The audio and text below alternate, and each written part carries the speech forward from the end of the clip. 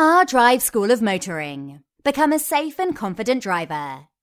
A question a lot of students ask is, when do I use my handbrake? Now, we've got a perfectly good brake, it's called the foot brake. And I've got a little phrase we use with students, and basically, if there's more than a weight, use the handbrake. Now, Rule 140 in the Highway Code tells us not to dazzle people on necessary lights, including brake lights in queuing traffic. So especially at night time, you're there with your brake light on, you're dazzling people behind, it's not nice on the eyes, pop on the handbrake. So more than the weight, use the handbrake.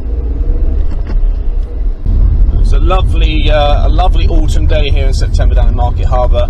It's kind of about 8 o'clock rush hour time, so I'm just going to drive through the town centre and just see if there's anything we can pick up on, any tips we can give you for driving around.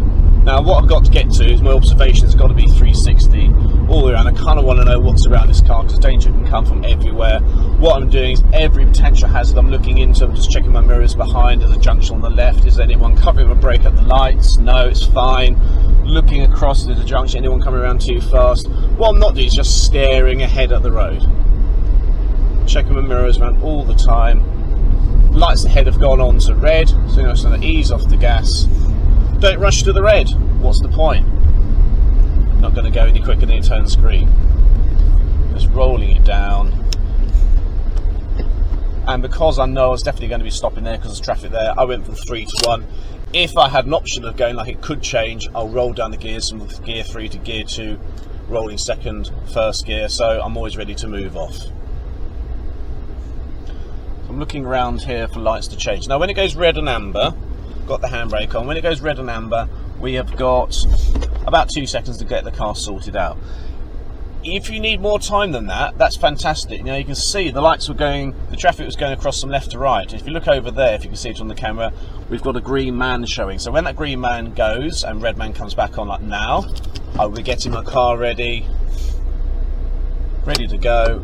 So I've given myself there, by looking around, I've given myself a lot of extra time to know it's going to go to green. And a lot of times you stall, it's got to be panic and do things too quickly, especially when we're starting off. Now we're driving down here, I'm looking for clues. Now sometimes you can't see things directly. I'm looking in shop windows to see reflections. As I'm driving down here, with a zebra crossing, just looking around for that and just checking the entrance down there. Got a bit of a sharpish corner coming up. I want to know what's around that corner, so what do? Well, I look in the Starbucks window now. I saw the red light there way before, so I can start slowing it up. Otherwise I'm only seeing the red light here. So look around you, use reflections, and you can get a lot more. So again, I come up to the red light, more than the weight, use the handbrake. We're going to follow up the high street here, through the green lights. Keep an eye, covering the brake, a couple of dust cuts here, anyone going to come walking up behind. And what we're talking about is what could happen? I'm looking around for reasonably foreseeable things that could happen. Could that car door open there, keeping an eye on it there? Could these students cross the road? Could these cars be pulling out in front of me? So I'm driving at a speed, I've predicted a hazard that could reasonably happen, so I'm driving at a speed that if it does develop, I'm ready for the hazard, I'm ready for the speed, I'm going to deal with it. I'm being proactive and not reactive, and that's how we've got to drive in town centres. We've got to be looking to be proactive and not just reacting to stuff.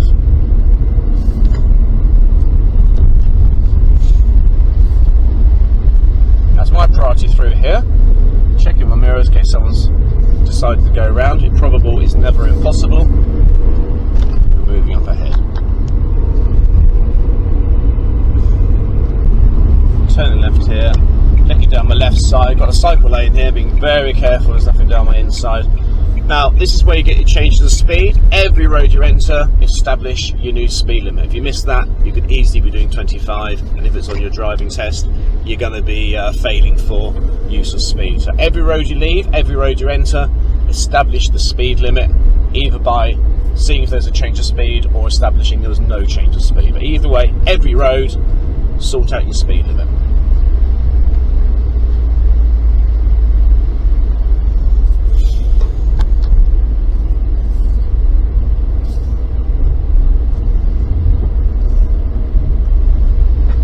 Slowing until I go. What I didn't do there was join a car conga. It's very common for cars just to literally follow the leader, do a car conga, and particularly dangerous because if that car goes, you're really exposed to a car coming this way because they're expecting to be able to go through. Checking my mirrors again and just moving off.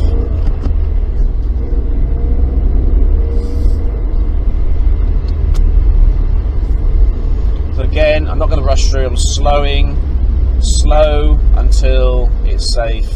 Now it's clear, now I can go. Again, easing off, well it's clear ahead so I don't need to slow any more than that. Rolling through.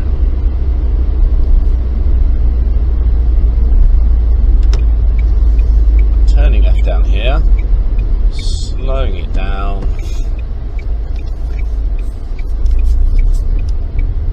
Okay, what are they up to there? Just checking there, thought they're coming out for a second bite of the cherry there. End of this road, notice it's a one-way street, so at the end of the road I'm turning right, lots of clues there say it's one way, got lots of signs, double give way at the end, so I'm going to be on the right hand side to turn right with the arrows and paint on the floor. Notice the change of speed to a 20-mile-an-hour zone, easy to miss that if you're not looking around. My right of way here, they give way to me, so I have to come with confidence. I've got to be careful here not to block any entrances here. It's very easy to do that, and if you stop a car from coming out who wanted to turn right, you're going to get faulted for that. So when you're in town centres, it's very easy to get distracted and block any entrances, any junctions. Again, making sure I stop at tyres and time at distance. I can just about see the tyres of the car in front. If I got that distance of the tyres in front, it gives me a reference of about 3.5, 4 metres. It gives me a nice little safety zone. If I jumped forwards or that car rolled back, I could sound my horn and warn them. If I came off the clutch and jumped forward, I wouldn't be hitting the car. It gives a lot better safety zone for the cars in front. Gone on to green. When it goes to green, you've got 2 seconds, so I estimate you've got another second for every car in front. You've got an extra second before you move off, so it's like 4 cars in front, 2 seconds for light, 6 seconds to get my car sorted out. Plenty of time to put it in gear and move off.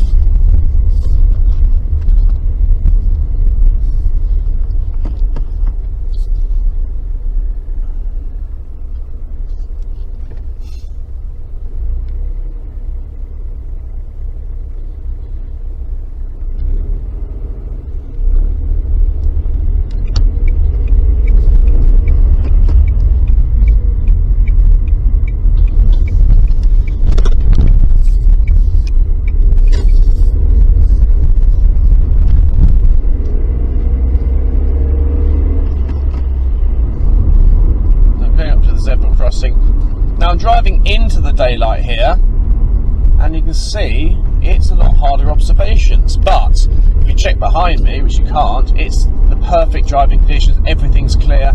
Now if you're driving with the sun behind you, you've got lovely visibility, you've got to have empathy that people coming towards you, like us coming towards them, we've got worse visibility, so you have to drive that people will react slower than what you're reacting to, might not see things because of that dazzling sunlight, especially this time of year when the sun's quite low in the sky.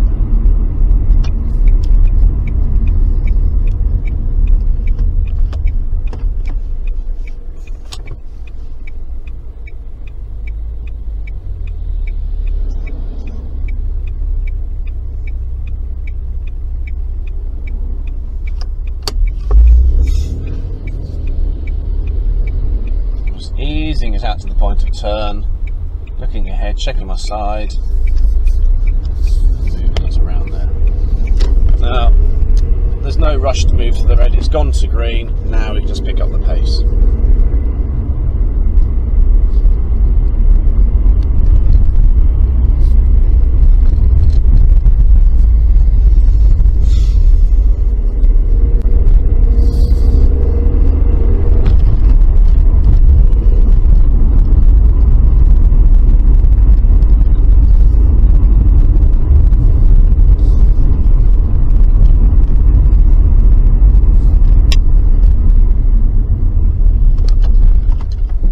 Now it says keep clear there,